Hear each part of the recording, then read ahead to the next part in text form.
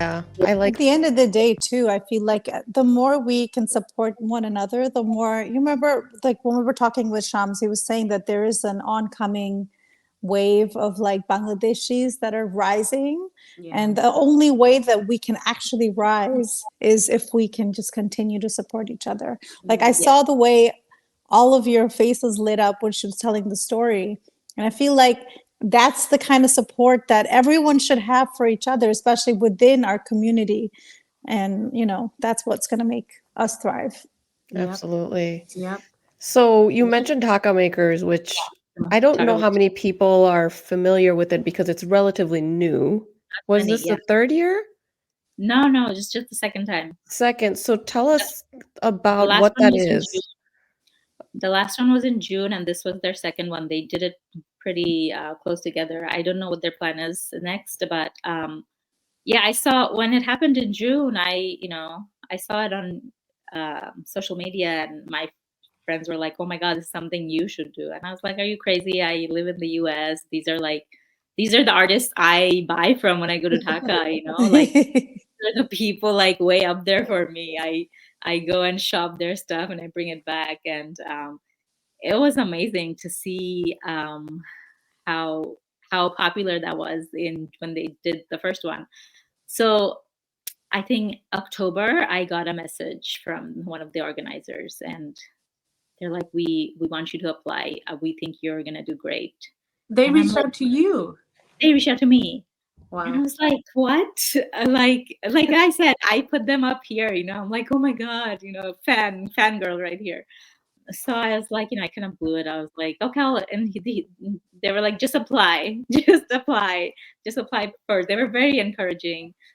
And I was like, just the fact that they invited me was enough. I was like flying, cloud nine. So I applied and I like told a few people, I'm like, it's insane. There's no way I can do this. So, and by that time, like October, I knew that I was going in December with the family. We try go every winter. So I told them, I'm like, I'll be in Dhaka, and like, oh great, let's do a meeting. I was like, okay, let's do a meeting. So before the meeting in Dhaka, my brother-in-law Debor, he came to visit, and he brought up Dhaka makers out of nowhere, and I was just smiling. I was like, guess what? They invited me, and he like looked at me. He's like, what? They invited you? And I was like, yeah, but I don't think I'm gonna do it. Like it's insane. I have a meeting with them. I'm just gonna say, and he's like, no. He's like, I'm gonna help you. You have to do it. Wow. And he has a whole array of businesses in Dhaka. So he had resources to help me make those things, and he basically did everything. Like while I was here, he was me in Dhaka basically. But so then he encouraged me. He looked at all my Etsy shop, and he's like, "Oh my God, do you have any idea how much people would love your stuff?" I was like, "You're crazy. Why would Dhaka people want a rickshaw painting? Why would Dhaka people want something they're living in it, Yeah. Good point. Like you have no idea." And so he gave me all this boost. And then I took him to, he took me to the meeting, like we went together. And they were like the same way. All these organizers, they were like, you have no idea. And I was like, y'all are crazy.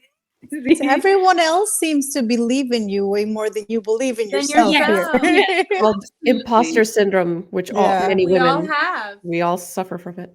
Yes. Dhaka makers kind of, is not just a place to like sell stuff. They're really trying to create a community of these kind of artists to help them grow. So they really encouraged me. And then while we were there, my husband and I, we like sat down, talked about it. We looked at tickets, and right before we came back, we booked my tickets sitting in Dhaka, my 5-day trip without everyone. And So how did your kids do while you were gone? surprisingly, so we all worried about the 2-year-old, but the 2-year-old was fine. Thriving. That's how it goes. It was Adi. Adi's 4.5, and so I left on a Sunday. They go to Montessori school for all through the week. So Monday through Friday was school, so they were fine. Saturday, Adi started feeling like, okay, it's time for her to like. So he started crying from Saturday night, and then I think I came back Monday or Tuesday, and yeah, it was hard for him because. And later I realized that, like, Oru was the little one, so everyone's like coddling her. And I had to talk with Adi before I left. I was like, you have to watch your sister. And so I think he had this responsibility, and he could feel that things were not normal. I was gone, things were not happening they used to happen. and it would have been crazy if I had to do it, if Deep wasn't here. It would be crazy for any parent to have two toddlers, school drop off, school pickup, dinner, bedtime, shower. Any single parent out there, not because the mom is just hard. So I'm sure the hardest. The person who had it the worst was Deep, my husband. And the one you leave. Actually, Maya does it all the time because Fuad tours a lot. Yeah. He's actually in Dhaka right now, finishing a concert. He's been gone for over a month. Yeah, and Mehreen is a single parent. So I hats off to you guys. I don't know. I'm like a monster when. But you were talk about the mom guilt for just a second. Like, are you? Well, one, is this the first time your kids were without you? Yes, is it the and first would time? You do it again? It's a difficult question. Like, I don't think if I have to do it in the next 6 months, this thing again, I don't think I can. I don't think I have. I don't think I'm like my intense process is there yet for me to do these, like, on the something like that. That was like extreme. I feel like an extreme situation, and I took a big risk doing it. I didn't realize how much I would be rewarded back for it. But about the mom guilt, so I got on the plane and I shared a story on Instagram about how I was feeling like so horrible being a mom leaving. And one of my friends who I met through Instagram, I've never seen her in person. We all have many of these friends on social media. We do. She messaged me right away. She's like, "Girl, shut up. Like, you have no idea how this is going to help your kids. How this is actually helping, your kids watch you do something, because otherwise they're just, they just think, this is my life to watch them, like they don't see a lot of kids, don't see a lot of, especially young children, don't see what parents do generally, like, like they see. Like, even when I do, the last year I actually started doing craft markets. And that even to me was a lot, being away from my kids for the whole day on a weekend. But they would come, that my husband would bring them at one point, and like you could see how excited they are, like, oh my god, this is your stuff. This is your display, and this, like, even though they're little, they still get it a little bit. But this was extreme. This trip was extreme because it was only 5 days, and that you realize that stems from being a mom. Like, I couldn't spend one more day and give myself a break. I just couldn't.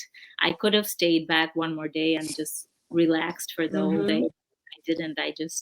I had to come back, and I'm certain that's from feeling guilty of leaving the children. Absolutely. Would you? Okay, so maybe not for an extreme situation, but now do you feel like having gone through such an extreme situation, would you feel okay giving yourself more permission to take time for yourself? I do, like Maya was saying, that I was not valuing myself as much as other people valued myself. So this was definitely eye-opening, how much, because I didn't expect to get so much love in Dhaka. It's a very niche market in Dhaka. It's not for everyone in Bangladesh, right? But the fact that people, actually bought my stuff. And how excited they were about it, and then learning that I'm actually doing this in the US. um, that definitely gave me a lot of confidence. I mean, the fact that I'm like sitting here talking about it, like I would have been, if give me 1 year back, I would have been really shy to do this. Because again, like I don't value myself as much as I should, and that also I think is a gender thing, right? Yeah. It was a man, oh my gosh, right? It's also a gender thing. But so now that I have delved in the craft bazaar thing, I know which ones I want to do, even in my city and stuff. And if it's in the US, like I don't know about leaving the children, because I feel like they're like Oru still too. I even apart from the mom guilt, it's how, like, I'm sure if they are a little bit older, I would feel more comfortable doing it. Yeah. But and mom guilt, like I also feel guilty because they go to school. Like they go to school 5 days a week, all through the day, and people in Bangladesh freak out. They're like, "What? এত ছোট বাচ্চা স্কুলে Huh. যায়? তুমি কি সারাদিন করো?" হ্যাঁ, সারাদিন তুমি ওদের, কি করো? হ্যাঁ। And then the other thing, like they speak Bangla, okay? People are like, ওরা তো তোমার কাছে থাকেই না, বাংলা শিখলো কিভাবে? Oof. These things. I mean, it's It's incredible not that your one of kids speak Bangla. It's actually And quite a and feat. these things, even though these things are, whack, but they do have a point. Like you think about it, they are gone for 8 hours a day. You do only have fixed Right. amounts of time. Mhm. But I also think that's a good thing, because I am able to separate those few hours and really spend Yeah. time with them, instead of, like on the weekends, it's like mad because Yes. I'm trying to do something and there I have to, I don't know. I just don't know how to explain it to people in Bangladesh with all the help there. Mhm. Or even people in the US, who think, you don't have a full-time job. Why are your kids going to Yeah. Montessori? Why Yeah. why do they go to daycare? Well, they're so Mhm. small. Why can't you watch them? But I feel like me and my husband both agree on that point, that this is only helping them.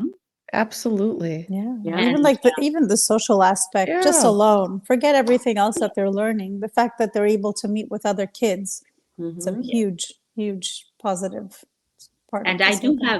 have a few friends who are stay-at-home moms, but they run their household like a Montessori. Like you wouldn't be able to tell that their kids don't go to a school.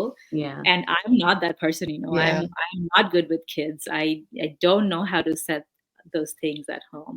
It's okay to say, I'm not mom material. Absolutely. What I would moms I do. would I would have killed my kids if I was a stay-at-home mom those first 5 I'm years. a monster, No, but I want to ask a question though. Like when you say I'm not mom material, like why would you say that? I feel like that's so negative because moms look so different, right? Like whether you're like a breastfed mom versus a Yeah, formula mom, whether you're a true. stay-at-home mom versus a Yeah. working mom, we put these labels on ourselves and make ourselves feel like shit That's Yep. true. when actually we're all like this is just our innate, Yeah, like role that we're supposed to take. So it's be something a I little have to easier learn. on yourself. Good Like point. that's something I have to unlearn, like Oh, because mom yeah. to me is, and so many of us is someone who stays home, someone who doesn't do anything else, and the way we grew up, that's like so inherently in us. Like if my kids do something, automatically I scream because I was screamed at. Yes. Automatically I Same. want to slap him. Like it's like things I grew up with comes out so instinctively. And it's like every situation I have to unlearn. Mom material is something we have seen in the past and that has stuck onto us, and society has no Yeah.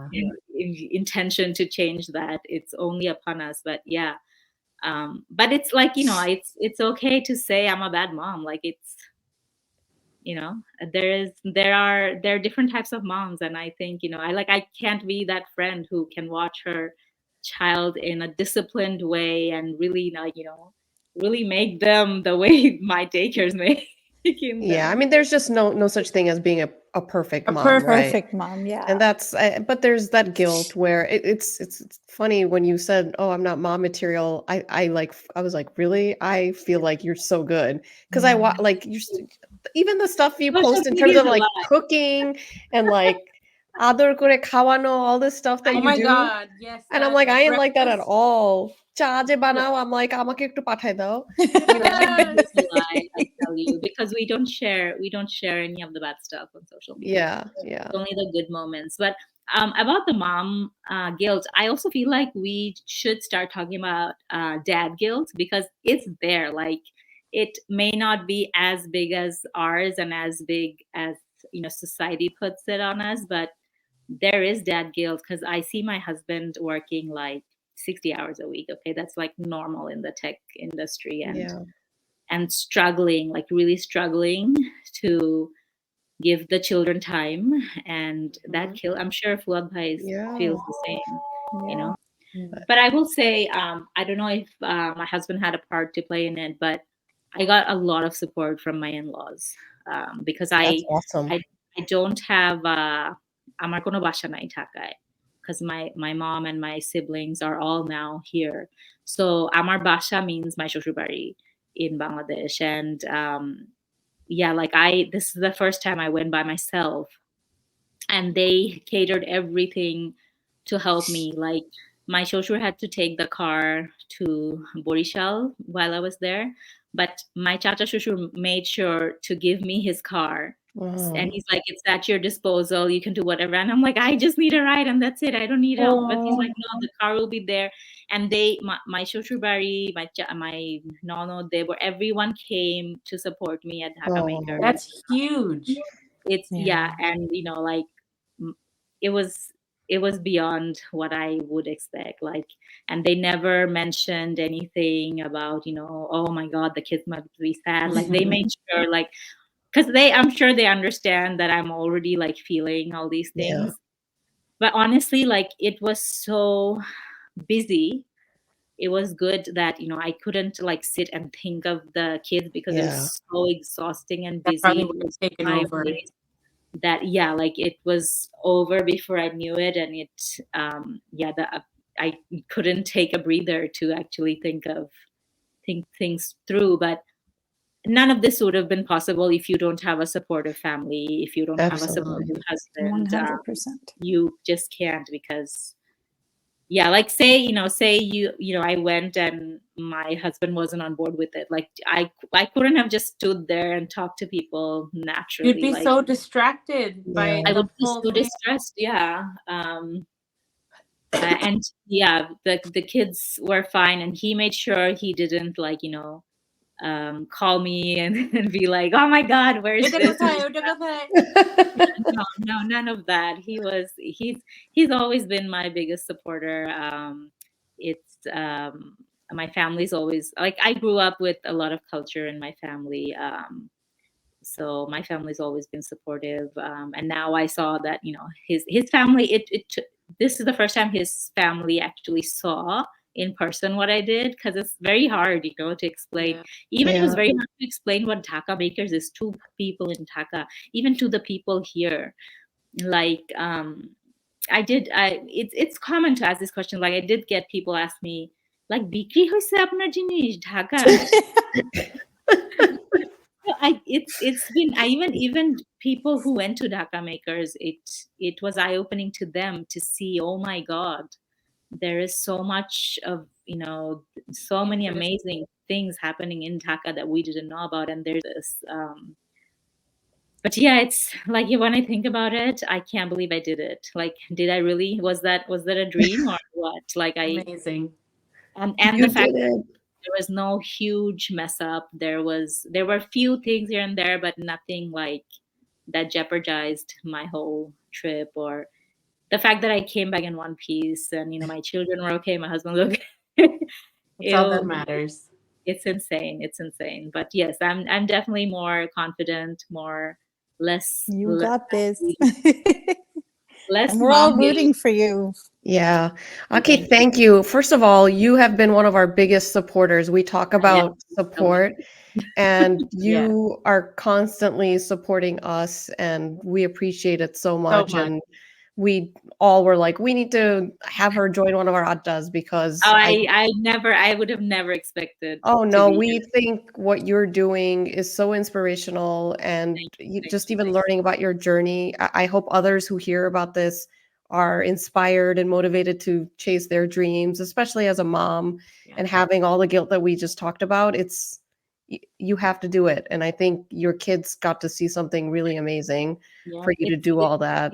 It's interesting that we talked about the mom guilt related to my journey, because in Dhaka Makers, I had two of my acquaintances come up to me. One I didn't even know, two moms, I'm sure. And they were like, this is so inspiring. Like now I'm thinking about it. This is so inspiring that as a mom, you came to do Yeah. this by yourself. So yeah,